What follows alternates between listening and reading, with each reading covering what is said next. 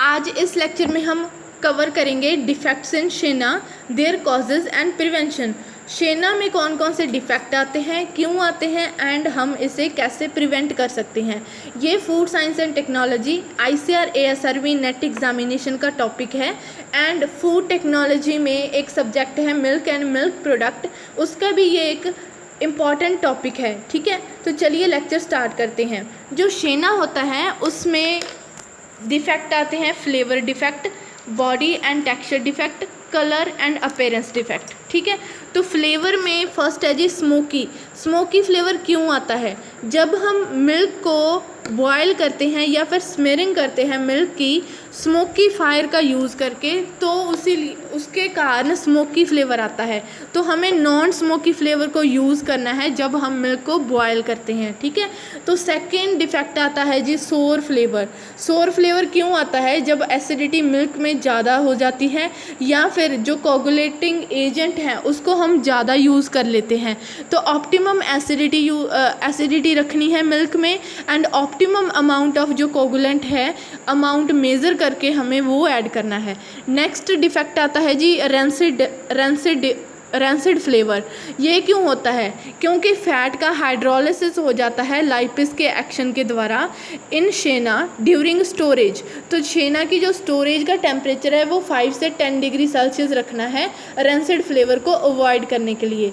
Next is a stale flavour. Stale flavour क्यों आता है शेना में? जब हम स्टोरेज है जो शेना की लॉन्ग पीरियड के लिए लो टेम्परेचर पे कर देते हैं, इसीलिए स्टेल फ्लेवर आता है। तो इसलिए हमें शेना को जल्दी मार्केट करना होता है। ठीक है, सेल करना होता है। नेक्स्ट डिफेक्ट है जी बॉडी एंड टेक्सचर डिफेक्ट, जिसमें फर्स्ट है हार्ड बॉडी। हार्ड बॉडी क्यों हो जाती है शेना की? जब फैट कंटेंट मिल्क में ज़्यादा यूज़ हो जाता है या कम यूज़ हो जाता है एंड मॉइस्चर कंटेंट है जो शेना का वो भी ऑप्टिमम नहीं होता, तो इसीलिए हार्ड बॉडी आती है। ठीक है, तो फैट कंटेंट को भी ऑप्टिमम यूज़ करना है एंड मॉइस्चर कंटेंट को भी प्रॉपर रखना है शेना में। ठीक है, next is a course texture क्यों आता है? जब एसिडिटी मिल्क की ज़्यादा एक्सेसिव हो जाती है तब कोर्स टेक्सचर आता है एंड प्रॉपर एसिडिटी हमें मिल्क में रखनी है इसको अवॉइड करने के लिए कोर्स टेक्सचर को। कोर्स टेक्सचर होने के और भी कारण होते हैं। जब फैट कंटेंट मिल्क में इनएडिक्वेट यूज़ हो जाता है या फिर टेम्परेचर है जो कोगुलेशन का वो इम्प्रॉपर हो जाता है, इम्प्रॉपर pH हो जाती है कोगुलेशन की, तो इसके कारण भी हो सकता है कोर्स टेक्सचर। तो इनको प्रिवेंट करने के लिए फैट कंटेंट को हम ऑप्टिमम यूज़ करेंगे, ऑप्टिमम टेम्परेचर कोगुलेशन का रखेंगे एंड pH है जो कोगुलेशन की वो भी हम ऑप्टिमम रखेंगे। नेक्स्ट डिफेक्ट आता है कलर और अपीयरेंस डिफेक्ट, जिसमें फर्स्ट है जी ड्राई सरफेस ड्राई क्यों हो जाती है शेना की? वो जब फैट कंटेंट मिल्क में ज़्यादा होता है उसके कारण ड्राई सरफेस हो जाती है। तो जितना हमें स्टैंडर्डाइज किया गया है शेना के लिए फैट कंटेंट उतना ही यूज़ करना है, उतना ही रखना है मिल्क में, स्टैंडर्डाइज करना है। सरफेस स्किन क्यों हो जाती है? तो इससे क्या होता है कि जो शेना है जब वो एटमॉस्फेरिक एयर से एक्सपोज होता है तब ये डिफेक्ट आता है। तो शेना को हम स्टीप्ड करके रखेंगे वे में, एयर टाइट पैकिंग यूज़ करेंगे। नेक्स्ट डिफेक्ट आता है जी विजिबल डर्ट, फॉरेन मैटर क्यों आ जाते हैं अपीयरेंस पे? तो जब हम स्ट्रेन नहीं करते अच्छे से मिल्क की या फिर मिल्क बॉयल करते हैं हम जिस वेसल में वो क्लीन नहीं होता, इसीलिए ऐसा होता है कि विजिबल डर्ट या फिर फॉरेन मैटर आ जाता है। ठीक है, या फिर जो अनपैक्ड शेना हम ट्रांसपोर्ट कर दें तब भी ऐसा डिफेक्ट आ सकता है। तो इसके लिए हमको मिल्क को अच्छे से स्ट्रेन करना होगा फर्स्ट।